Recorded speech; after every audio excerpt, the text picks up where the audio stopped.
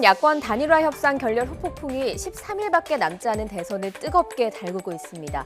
국민의힘과 국민의당 핵심 인사들이 당시 단일화 물밑 협상 과정에서 논의했던 내용까지 폭로를 하면서 서로에게 책임을 묻고 있는 겁니다.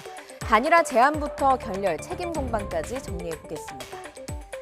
네, 지난 13일이었죠. 대선 후보 등록 당일 국민의당 안철수 후보가 국민의힘 윤석열 후보에게 여론조사 경선 방식의 야권 후보 단일화를 제안했습니다. 더 좋은 정권 교체를 위해, 즉 정권 교체, 구체제 종식과 국민 통합의 길을 가기 위해 야권 후보 단일화를 제안합니다.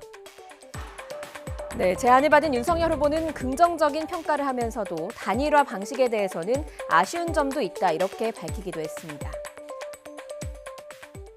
정권 교체를 위한 그 대의 차원에서 이런 제안을 하신 거에 대해서는 참 긍정적으로 평가를 하고요.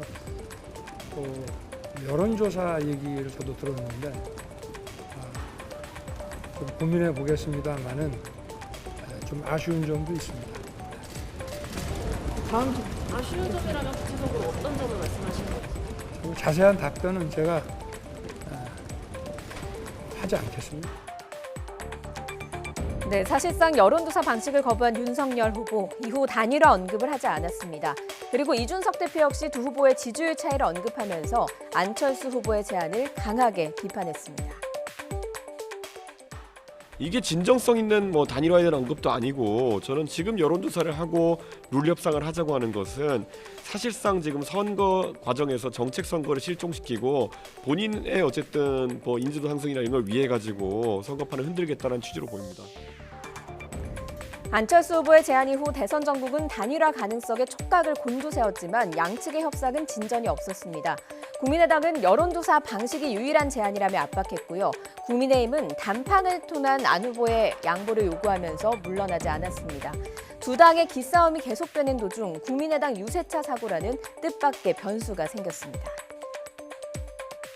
인명피해까지 발생하면서 안철수 후보는 선거운동을 중단했죠. 그리고 야권 단일화 논의 또한 안개 속으로 빠져들었습니다.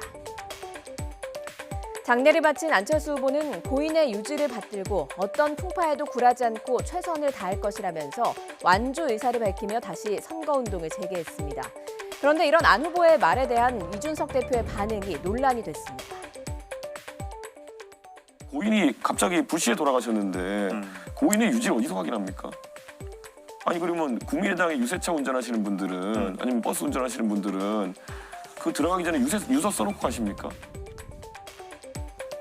네, 국민의당은 이준석 대표의 발언을 강하게 비판하면서 사과를 요구하고 나섰지만 이준석 대표는 국민의당이 국면 반전을 위해서 활용하는 것이라며 굽히지 않았습니다.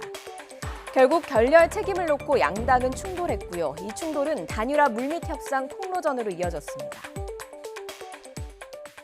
2월 초에 제가 비공개로 이준석 대표를 만나서 합당 제안을 받았습니다. 취지는 안철수 후보께서 깔끔하게 사퇴하고 이를 전제로 합당하면 선거 후에 국민의당의 의사를 대변하고 반영할 수 있는 특례 조항을 만들어서 최고위원회 도강특위 공천심사위의 참여를 보장하겠다. 이런 제안을 했습니다. 정치적 불이익은 전혀 없을 것이니 안심하고, 안철수 대표와 그리고 그 정치를 같이 하는 분들의 정치적 위상을 보장하기 위한 고민은 당 차원에서 꾸준히 할 것이라는 이야기가 공개된 것입니다. 폭로전으로 치닫고 있는 양당의 갈등에 안철수 후보는 오늘 이미 단일화 결렬을 선언했다며 여지를 남겼다는 해석을 차단했습니다. 국민의힘 내부에선 사감이나 사익은 뒤로하고 대의를 앞세워야 한다며 자중의 목소리도 나오고 있습니다. 과연 이번 대선에서 단일화는 완전히 끝난 변수일까요? 아니면 정치는 생물이라는 말처럼 대선 막판에 살아있는 변수가 될까요? 양당의 단일화 제안과 결렬 그리고 후폭풍까지 얼마 남지 않은 대선 민심에 얼마나 큰 영향을 미칠지 관심이 쏠리고 있습니다.